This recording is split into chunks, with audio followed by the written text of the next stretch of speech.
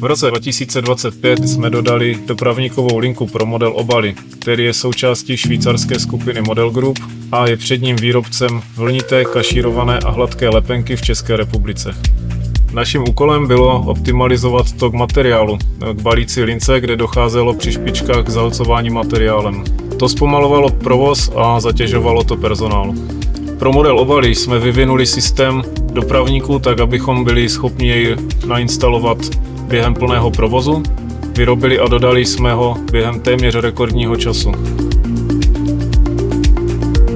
Instalace dopravníkového systému nám zabrala necelé 2 měsíce, včetně testování a předání do plného provozu.